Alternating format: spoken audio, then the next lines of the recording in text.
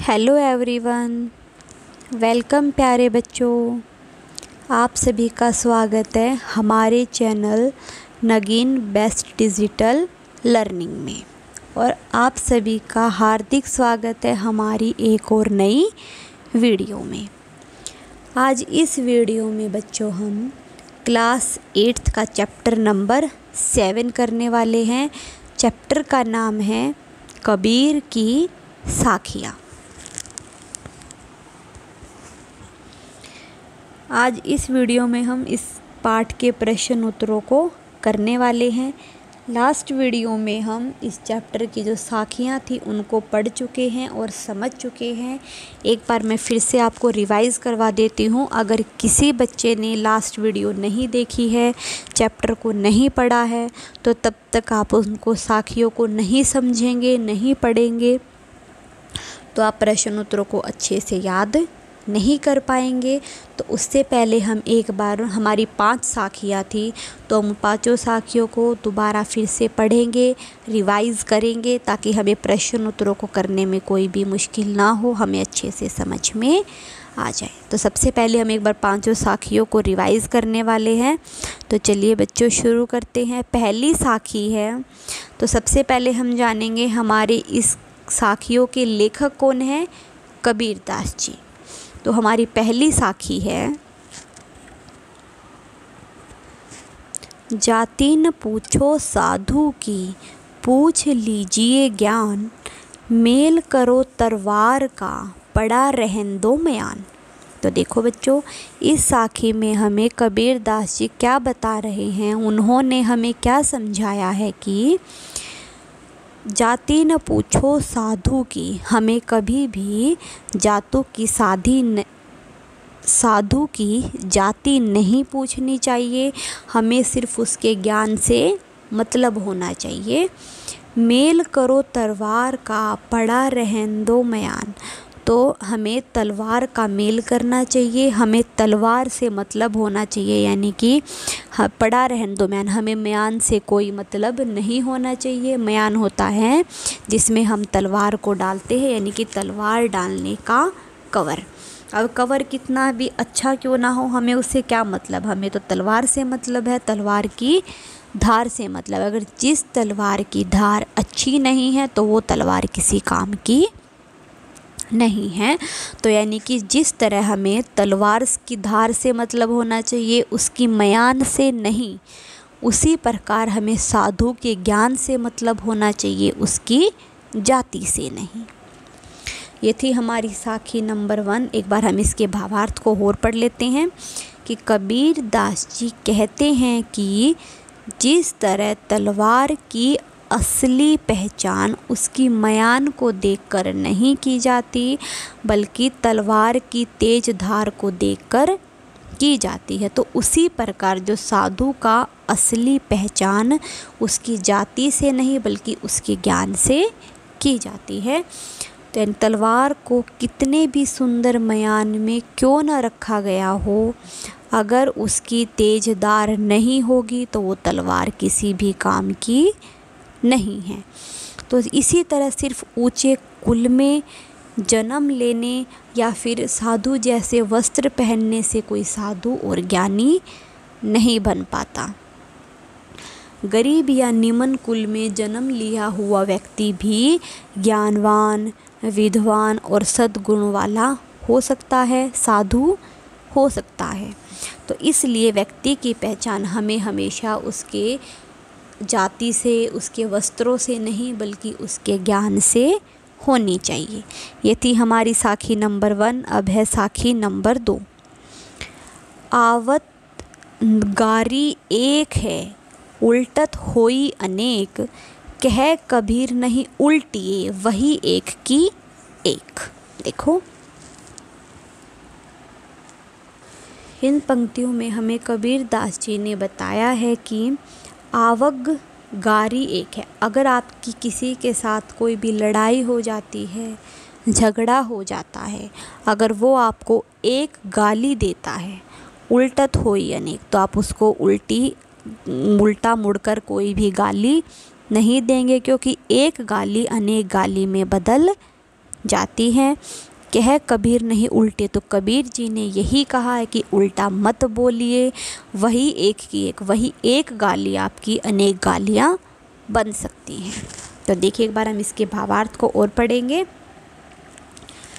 कबीर दास जी यहाँ पर कहते हैं कि अगर आपका किसी से झगड़ा हो जाता है, किसी से आपकी लड़ाई हो जाती है और सामने वाला आपको अगर एक गाली देता है तो आप उस गाली का जवाब मत दीजिए, क्योंकि सामने वाला आपको जब एक गाली देता है और आप उसको पलट कर एक गाली देते हो तो धीरे धीरे आरोप प्रत्यारोप का जो सिलसिला है वो चल पड़ता है और एक अशब्द अनेक अपशब्दों में बदल जाते। देखो जैसे हमारा किसी के साथ झगड़ा हो गया, हमने किसी को एक गाली दी, उसने हमें दी, फिर हमने दी, फिर उसने दी, फिर हमने दी, फिर उसने दी, तो ऐसे जो ये झगड़ा है वो बढ़ता रहेगा। लेकिन अगर उसने हमें एक गाली दी है, हमें उसका अगर मुड़कर हमें उसका उल्टा जवाब नहीं देंगे, गाली उसको वापस नहीं देंगे, तो वो जो हमारी लड़ाई है,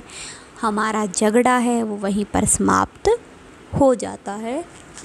तो इन पंक्तियों में कवि ने हमें यही बताया कि हमें हमेशा लड़ाई को बढ़ावा नहीं देना चाहिए, हमें अपने मन को हमेशा शांत रखना चाहिए, जिससे हम अपनी लड़ाई को, झगड़े को कम कर सकते हैं, हमें उसको बढ़ावा नहीं देना चाहिए।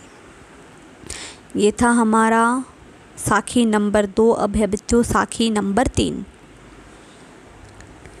माला तो कर में फिरे, जीबी फिरे मुख माही, मुनवा तो दहूँ दिसी फिरे, यही तो सुमिरन नाही। देखो इसका क्या अर्थ है कि माला तो कर में फिरे, यानी कि कर का मतलब होता है हाथ, माला का मतलब तो माला और फिरे का मतलब फेरना। यानी कि दुनिया में तो ऐसे भी लोग हैं जो हाथ में माला लेकर माला फेरते रहते हैं, यानी कि माला को जपते रहते हैं। जीबी फिरे मुख माही, और मुंह पर भगवान का नाम लेते रहते हैं। हाथ में तो माला जपते रहते हैं और मुंह पर भगवान का नाम लेते रहते हैं। मनवा तो दसु दिसी फिरे, और मनवा का मतलब है मन में, और मन में तो उनके और ही विचार चलते रहते हैं, और जो उनका मन है वो 10 दिशाओं में भटका रहता है, यानी कि उनके मन में अलग अलग तरह के विचार चलते रहते हैं। यह तो सुमिरन नाही, यानी कि इसको हम सच्ची भक्ति नहीं कह सकते। यह तो सुमिरन नाही, यह तो कोई सच्ची भक्ति नहीं है। हाथ में माला लेने से, मुंह पर भगवान का नाम लेने से कोई सच्ची भक्ति नहीं होती है। सच्चा भक्त वही होता है जो संसार के सारे बंधनों को छोड़कर, संसार के सारे सुख दुखों को भुलाकर सिर्फ भगवान के चरणों में विलीन हो जाता है और एकांत में, शांत में रहकर सिर्फ भगवान का नाम लेता है। उसे हम सच्ची भक्ति कह सकते हैं। भगवान साधुओं जैसे वस्त्र पहनने से, माला लेने से कोई साधु ज्ञानी नहीं बन सकता। साधु ज्ञानी बनने के लिए किसी भी सांसारिक दिखावे की ज़रूरत नहीं होती, संसारिक आडंबरों की ज़रूरत नहीं होती। ज्ञानी साधु या फिर सच्चा भक्त बनने के लिए तो सिर्फ हमें अपने मन में सभी विचारों को, सभी सांसारिक बंधनों को त्याग कर सिर्फ भगवान की भक्ति में ही लीन होना चाहिए। ये थी हमारी साखी नंबर 3। आगे है बच्चों साखी नंबर 4। कबीर घास न नींद ये, जो पाँव तली होई, उड़ी पड़े जब आँखी में, खरी दुहेली होई। देखो उपरोक्त साखी में इस कबीर जी ने हमें क्या बताया था कि कबीर घास जो पाँव तली हुई, यानी कि जो हमारे पाँव के नीचे घास होती है, हमें उसे नींद, यानी कि हमें उसे छोटा नहीं समझना चाहिए, हमें उसे कम नहीं समझना चाहिए। यानी कि हमें सिर्फ ये नहीं सोचना कि तो घास का तिनका है, छोटी सी धूल की कण है, ये क्या कर सकती है। तो हमें सिर्फ कभी भी उसे कम नहीं समझना चाहिए। चाहे कोई भी चीज़ कितनी भी छोटी क्यों ना हो, उसका अपना ही अलग महत्व होता है। उड़ी पड़े जब आँख में, यानी कि जब वो उड़कर हमारी आँख में पड़ती है तो खरी दुहेली हो तो हमें बहुत कष्ट देती है। तो यानी कि छोटी से छोटी चीज़ का भी एक अपना महत्व होता है, हमें उसे कभी कम नहीं समझना चाहिए। तो छोटी से छोटी चीज़ का भी अलग अलग महत्व है, तो हमें उसके महत्व को समझ के उसका सम्मान करना चाहिए। आगे है साखी नंबर 5।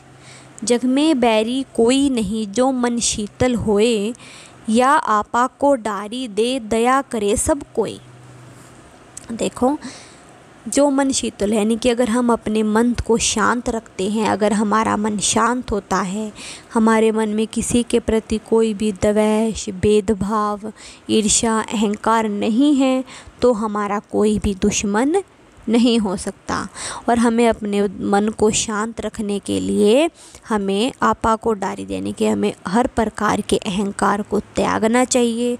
दया करे सब कोई। अगर हमारे मन में कोई भी अहंकार नहीं होगा, कोई भी द्वेष नहीं होगा, तो सब से दया और प्रेम का भाव रखेंगे। ये थी हमारी साखी नंबर 5। अब हमने पाँचों की पाँचों साखियों को पढ़ लिया है और इसको अच्छे से समझ लिया है।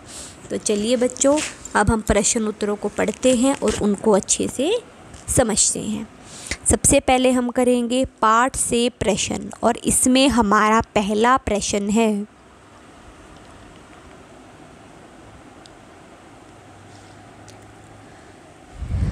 तलवार का महत्व होता है मयान का नहीं। उक्त उदाहरण से कबीर क्या कहना चाहते हैं, स्पष्ट कीजिए। जैसे कि हमने साखी में पढ़ा था ना कि तलवार का महत्व होता है मयान का नहीं। मयान कितनी भी सुंदर क्यों ना हो, मयान कितनी भी अच्छी क्यों ना हो, जब तक तलवार की धार तेज नहीं होगी तो वो तलवार किसी भी काम की नहीं। तो तलवार का महत्व है, मयान का नहीं। तो इस बात से कबीर जी हमें क्या कहना चाहते हैं, तो चलिए उत्तर पढ़कर जानते हैं। तलवार का महत्व होता है मयान का नहीं के द्वारा कबीर यह कहना चाहते हैं, हमें यह बताना चाह रहे हैं कि जिस प्रकार तलवार काटने का काम करती है, उसकी मयान, यानी कि तलवार का क्या काम है, वो किसी चीज़ को काटने का काम करती है, लेकिन मयान क्या करती है, कुछ भी नहीं, मयान का कोई काम नहीं है। ठीक उसकी प्रकार हमारे अंदर की आत्मा यदि शुद्ध है तो हम ठीक हैं। यदि केवल शरीर को ही मयान की सुंदर बना लें और तलवार बिना धार वाली और आत्मा शुद्ध ना हो तो सब बेकार। यानी कि सिर्फ हमारा बाहर से सुंदर दिखना ही सुंदर नहीं होता, हमारा मन और हमारे विचार भी सुंदर होने चाहिए। जैसे कि मयान बाहर से दिखती है, वो अच्छी होने से तलवार अच्छी नहीं होती। इसका मतलब उसी प्रकार कोई व्यक्ति सुंदर दिखने से वो अच्छा नहीं होता। अच्छा वही होता है जिसका मन शुद्ध होता है, जिसके विचार अच्छे होते हैं। ये था हमारा प्रश्न नंबर 1। अब चलते हैं बच्चों प्रश्न नंबर 2 पर।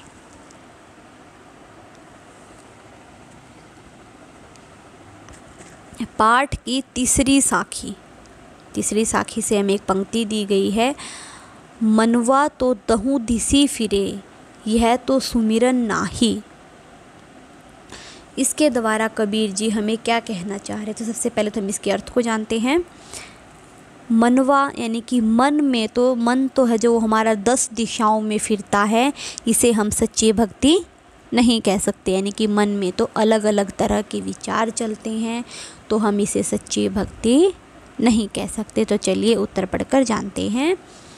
इस साखी के द्वारा कबीर जी यह कहना चाहते हैं, हमें यह बता रहे हैं कि केवल माला फेरने से कुछ नहीं होता, मन का भी स्थिर होना ज़रूरी है।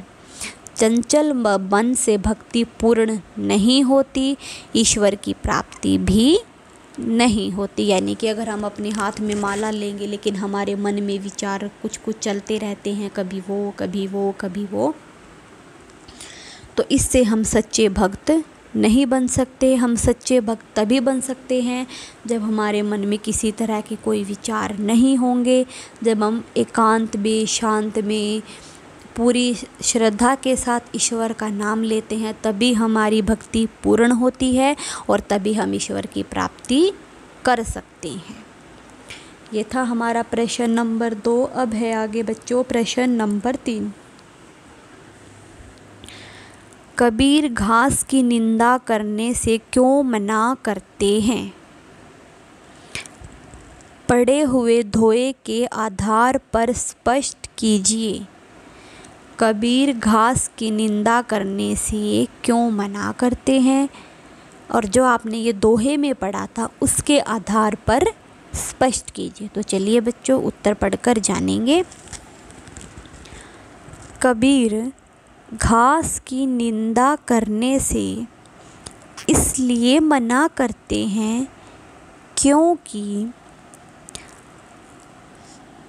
जिस प्रकार पैरों में पड़ा तिनका कभी भी उड़कर हमारी आँखों में गिरकर हमें पीड़ा पहुंचा सकता है, ठीक उसी प्रकार किसी छोटे व्यक्ति की भी निंदा नहीं करनी चाहिए, नहीं तो वो कभी भी हमारा अपमान कर सकता है।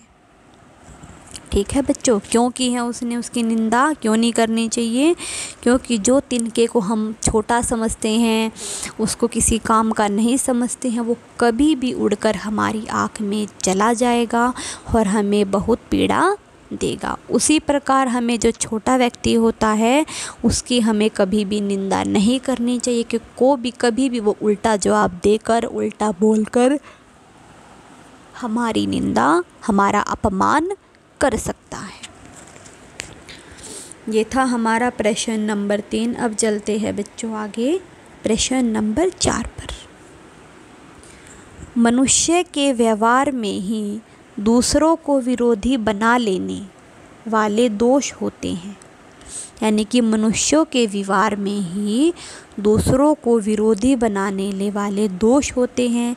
यह भावार्थ किस धोए से व्यक्त होता है? यानी कि पहले तुम प्रश्न को समझेंगे। मनुष्य के व्यवहार में यानी कि किसी मनुष्य का व्यवहार ही ऐसा होता है कि हम दूसरे को अपना विरोधी बना ले। अगर हम किसी को हमारे में मिलता है, हम किसी से बातें करते हैं, हम उसको इस तरीके से बातें करेंगे, मतलब अकड़ के, घमंड में, गुस्से में बातें करेंगे, तो वो भी तो हमारा विरोधी बनेगा। तो यानी कि मनुष्य के व्यवहार से ही हम विरोधी बना लेते हैं। तो इस किन वाक्यों से हमें ये बात पता चलती है? जग में बैरी कोई नहीं, जो मन शीतल होए, या आपा को डारी दे, दया करे सब कोई। तो इस वाक्य से हमें ये बात पता चलती है। ये थे हमारे पाठ से प्रश्न। अब है आगे बच्चों पाठ से आगे के प्रश्न, और इसमें हमारा पहला प्रश्न है,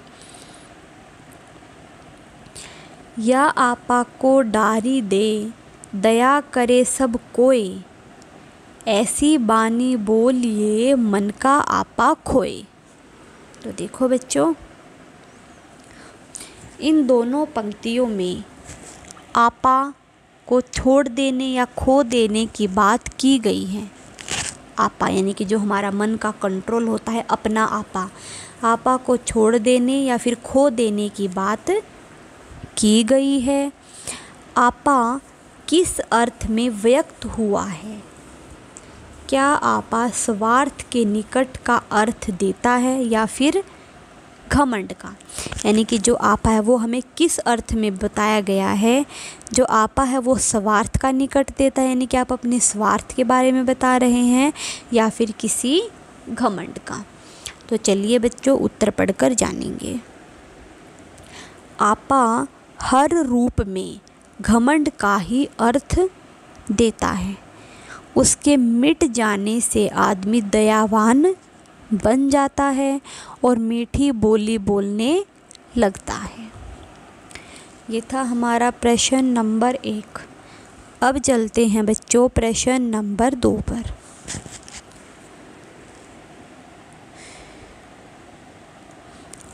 के विचार में आपा और आत्मविश्वास तथा आपा और उत्साह में कोई अंतर हो सकता है? देखो उत्तर पढ़ते हैं एक बार। आपा और आत्मविश्वास दोनों एक हैं। आपा और आत्मविश्वास दोनों एक हैं। दोनों ही घमंड के प्रतीक हैं। किस चीज़ के प्रतीक हैं? दोनों ही घमंड के प्रतीक हैं।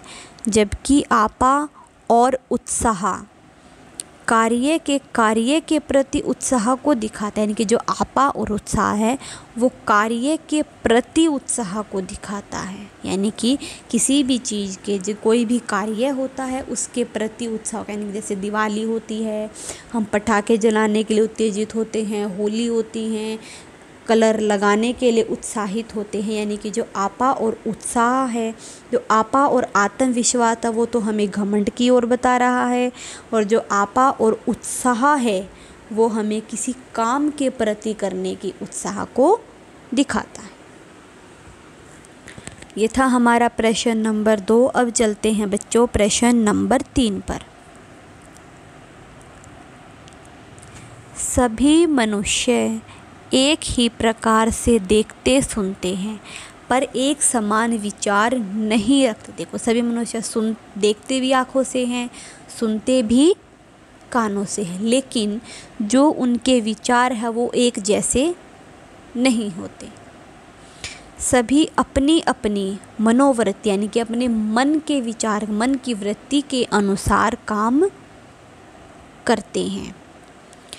पाठ में आई कबीर की किस साखी से उपयुक्त पंक्ति के भाव मिलते हैं?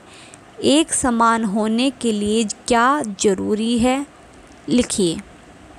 तो चलिए जानते हैं। आवत गारी एक है, उल्टत होई अनेक। यह कबीर नहीं उल्टिए, वही एक की एक। तो एक समान होने के लिए सबके विचार और भाव मिलने चाहिए। यानी कि इसमें हमें कवि ने क्या बताया था, अगर कोई आपको एक गाली देता है तो आपको मुड़कर उसकी गाली नहीं देनी चाहिए, उसका मुड़कर जवाब नहीं रखना चाहिए, हमें अपने मन को शांत रखना चाहिए। तो एक समान होने के लिए तो सबके जो विचार है और वो भाव है वो भी आपस में मिलने चाहिए। ये था हमारा प्रश्न नंबर 3। आगे है बच्चों प्रश्न नंबर 4। कबीर के दोहों को साखी क्यों कहा जाता है? ज्ञात कीजिए। कबीर के दोहे समाज के व्यवहार के साक्ष्य रूप में हैं, यानी कि जो आज के समय में समाज का व्यवहार है उनकी सच्चाई को बताता है, उनके साक्ष्य रूप में है। यह साक्ष्य ही आगे चलकर साखी के रूप में परिवर्तन हो गया, तो इसलिए इन्हें साखी कहा गया है। ये था हमारा प्रश्न नंबर 4। आगे है बच्चों भाषा की बात के प्रश्न, और इसमें हमारा पहला प्रश्न है। बोलचाल की अक्षेत्रीय विशेषताओं के कारण शब्दों के उच्चारण में परिवर्तन होता है। यानी कि जो बोलचाल है, कोई भी हम शब्द बोलते हैं तो उसके उच्चारण में ज़रूर परिवर्तन होता है। जैसे वाणी शब्द बानी बन जाता है, मन से मनवा या फिर मनुवा आदि शब्द बन जाते हैं। तो उच्चारण के परिवर्ती से जो हमारी वर्तनी है वो भी बदल जाती हैं। तो नीचे आपको कुछ शब्द दिए गए हैं, उनका वह रूप लिखिए जिससे आपका परिचय हो। जैसे कि गयान, जीभ, पाऊ, तली, आँखी, बरी, ये कुछ ऐसे शब्द दिए गए हैं जिनके आपको अपने हिसाब से परिचित करवाना है। शब्द प्रचलित रूप, पहले ये वाले तो हमारे शब्द है और ये हमें प्रचलित कराते हैं, हमें बताते हैं। पहला है गयान। गयान का क्या मतलब होता है? गान, ज्ञान। ज्ञान का क्या मतलब होता है? ज्ञान। दूसरा है जीबी, जीबी का क्या मतलब है? जीभ। तीसरा है पाँव, पाँव का क्या अर्थ है? पाँव यानी कि पैर। चौथा है तली, तली के मतलब तले यानी कि नीचे वाला। पांचवा है आँखी, आँखी का मतलब होता है आँख, नेत्र, नयन, यानी कि अलग अलग शब्दों में हम इनको देख सकते हैं। बैर, बैर का मतलब होता है बैरी, शत्रु, दुश्मन, यानी कि हम इनको और भी अलग अलग शब्दों में देख सकते हैं। इस भाषा की बात के प्रश्न समाप्त होते हैं और इसी के साथ बच्चों हमारा ये पाठ भी समाप्त होता है। इस वीडियो के लिए इतना ही। अगली वीडियो में हम अगले चैप्टर को करेंगे। अगर किसी बच्चे को कोई भी डाउट है, कोई भी चीज़ समझ में नहीं आती है तो आप मुझे कमेंट करके बता सकते हैं। अगर जिस बच्चे को चैप्टर समझ में आया हो, वीडियो अच्छी लगी हो तो प्लीज़ लाइक शेयर कमेंट ज़रूर करें। Thank you. Have a nice day.